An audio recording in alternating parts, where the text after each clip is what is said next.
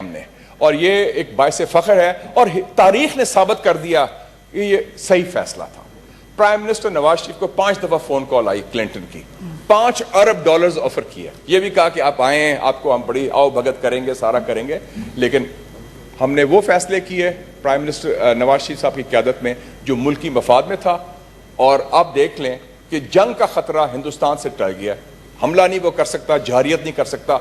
और अगर ना हमने न्यूक्लियर टेस्ट किया होता तो 9/11 के बाद आपको पता जो क्या असर होना था। एक आखिरी बात मैं कहना चाहता हूं, चागी के अवाम का भी जिक्र कर रहे हैं मुशाहिद साहब। यस, चागी की मैं बात करना चाहता हूं क्योंकि वो आपका भी इलाका है।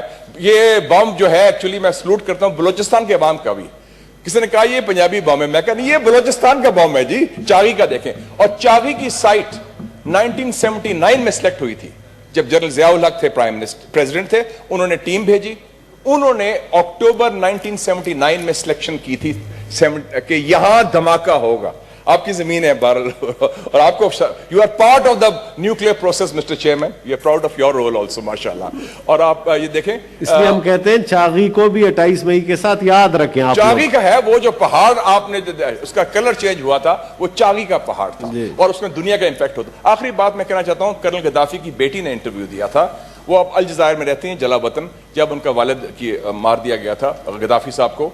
उन्होंने कहा कि मेरे वालिद ने सबसे बड़ी गलती यह की थी कि he gave up the nuclear project.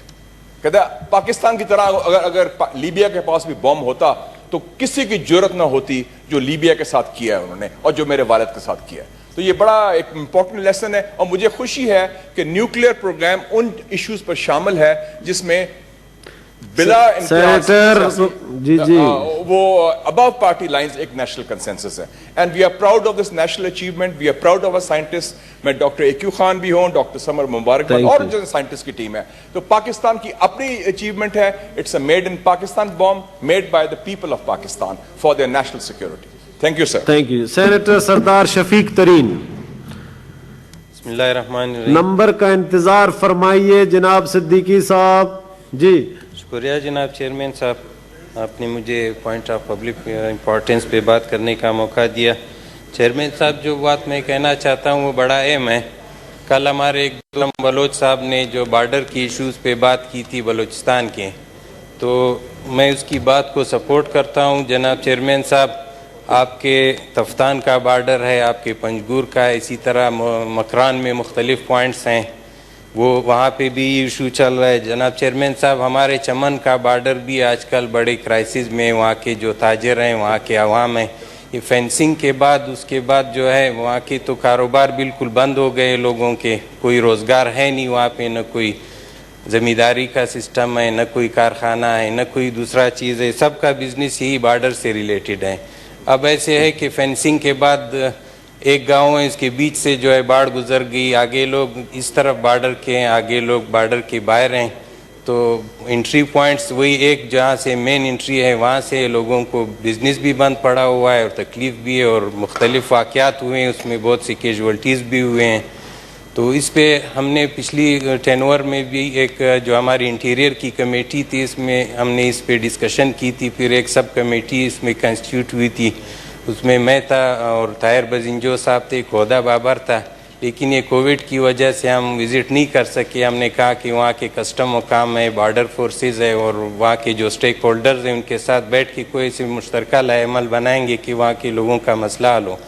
तो मेरी गुजारिश ये है कि इस मसले को अगर आप कमेटी में, जब कमेटी हम बन जाए तो आप मुझसे डिस्कस करें, मैं भेज दूंगा। बस यही मेहरबानी। ठीक है, thank you. Senator doctor Sikandar Mahendro. शुक्रिया जनाब चेयरमैन। मैं अपना राइट ऑफ रिप्लाई इस्तेमाल करते हुए कल से जो जहाँ डिस्कशन हो रही है पानी के मामले पे जो बहुत संगीन है और ये इसकी हिस्ट्री कोई पौने 200 साल की, कल की या परसों की नहीं, यहाँ जब ब्रिटिश राज होता था उस ज़माने से, तो उस पे जब बात हो रही थी तो यहाँ से जो ट्रेजरी बेंचेस है उन पे एक दो हमारे मौजूद अरकान ने ऐसी बातें की जिससे बड़ा दिल दुखी हुआ और ये अंदाज़ा हुआ कि शायद उन्होंने ये 91 अकार्ड या तो पढ़ा नहीं या पढ़ा तो गलती से उस वक़्त शायद उन्होंने वो चश्मा नहीं डाल रखा था जैसे हकीकत उनको नज़र आए। कल मेरे एक फाजिल दोस्त ने कहा कि पाकिस्तान के अंदर एक इसराइल है वो सिंध का सूबा है। कितनी दुख की बात है। और ये बात जब आपने सुनी, आपसे भी गिला है कि उसको आपने एक्सपंज नहीं करवाया। इसराइल सिंध में ये किस किस्म की बात थी या किस किस्म की स्पीच थी? सर, सिंध तो बाबिल इस्लाम है। पूरे खिते में जो इस्लाम आया वो तो सिंध से आया, उसको तो उनको नजर नहीं आया।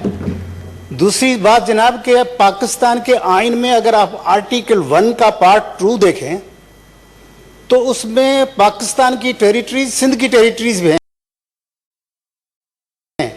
पाकिस्तान को ये कहा कि ये इसराइल बन गया।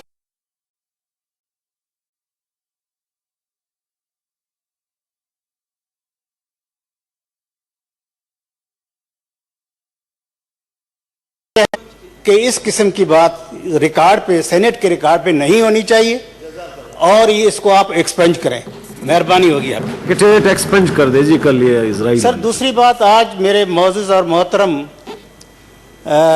चौधरी साहब ने यहाँ पे बात की और मुझे लगा कि उन्होंने शायद 99 वन अकार्ड अच्छी तरीके से पढ़ा नहीं। वो जो डैम की बात कर रहे थे कि ये दोनों हुकूमतों ने डैम्स नहीं बनाए, मैं समझ रहा था कि उसकी इशारा किस डैम की तरफ है। वो कालाबाग डैम की तरफ की बात कर रहा है। क्या उनको ये 3 असेंबलियों के रेजोल्यूशंस का पता नहीं है?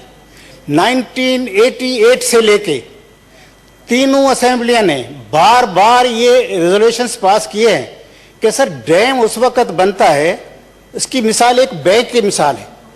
आप बैंक में पैसे रखते हैं, अगर आपके पास बचत होती है अपने जो इस्तेमाल से ज़्यादा, और फिर जब आपको ज़रूरत होती है तो उससे आप निकालते हैं। पानी अगर है तो आप डैम बनाएं। कितनी कमेटीज बनी हैं, कितनी टेक्निकल कमेटीज बनी हैं, सालों के साल तक उनकी स्टडी हुई है। आपके पास पानी है ही नहीं। जब पानी बस लेके बीच में नहीं बोले सर जी। चौधरी साहब, आप पहले उनको बात करने दें, जिस तरह फिर आपकी बात में भी बोले जी। जी, बहुत पानी है, बहुत पानी है, फिर ये बंजर बन रहे हैं हमारे इलाके।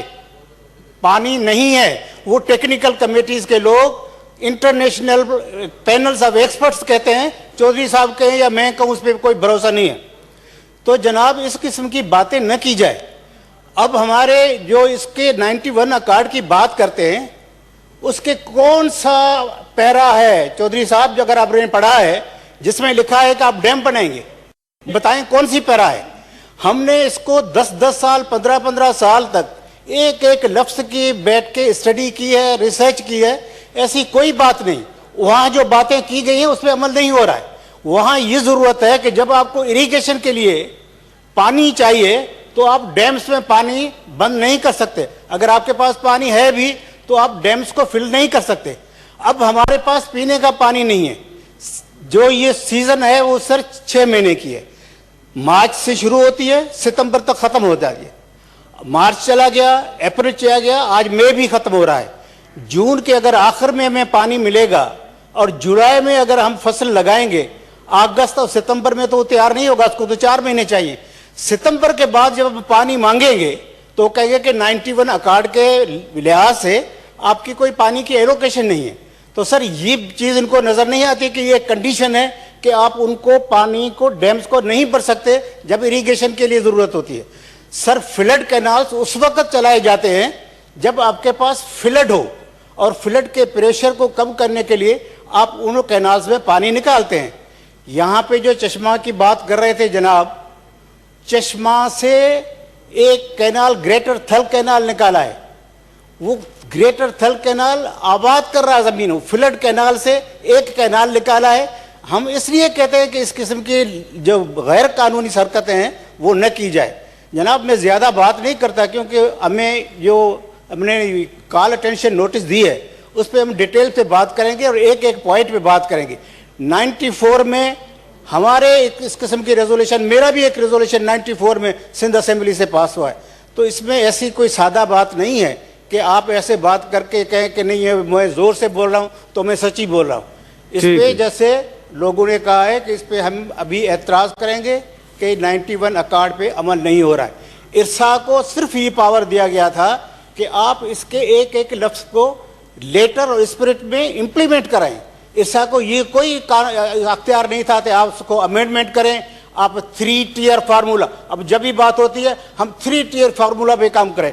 मुझे उस कार्ड के जो 14 पॉइंट्स हैं उसमें 3 टियर का अगर टी मुझे दिखा दें तो भी मैं मान जाऊंगा कि ये लोग सही कह रहे हैं। यहाँ एक तरफ से एक चश्मे के दूसरे नंबर से देखा जा रहा है। जनाब ये पाकिस्तान के सलामती के लिए ख़राब है।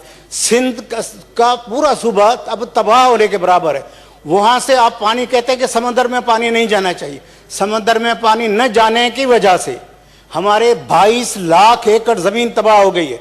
एक तो वहाँ से हमारी ज़मीन ख़त्म हो रही है, दूसरा यहाँ हमें टाइम पे पानी नहीं मिलता।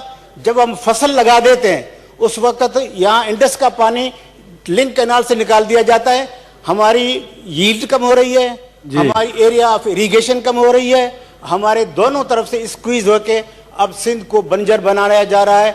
और मैं समझता हूँ कि अगर यही अप्रोच और हमें कहते थे कि खामोश हो जाए, हमारा 91 का कार्ड है, अगर हम खामोश रहे तो फिर ये सिंध बंजर हो जाएगा और उस वक्त तक हम अपनी जिम्मेदारी से बराबर नहीं हो सकते। हमें एतराज़ है कि हमें अपना हक चाहिए। ये नहीं कहते हैं कि बलूचिस्तान को भी हक नहीं मिलता, लेकिन लड़ाने के लिए क्या कहते हैं कि सिंध बलूचिस्तान को पानी नहीं दे रहा। हम तो बलूचिस्तान के चीफ इंजीनियर्स को कहते हैं कि जिस वक्त पानी आता है आप कलानी के सीज़न में आप अपने इंजीनियर बिठा दें कि आप हमारे बराजिस पे आपके इंजीनियर आके बैठे अपना पानी ले ले। हम बिल्कुल ही सब के लिए कहते हैं, सब चीज़ों के लिए कहते हैं कि उनको अपना हक मिलना चाहिए, लेकिन ज़्यादती नहीं होनी चाहिए। और सिंध में आज ज़्यादती है। इस वक्त पीने का पानी नहीं मिल रहा है तो हम ज़रूर चीखेंगे, चिल्लाएंगे और जो गलत बातें करेंगे उनका जवाब भी देंगे। जनाब सेनेटर सरफराज बुगटी साहब,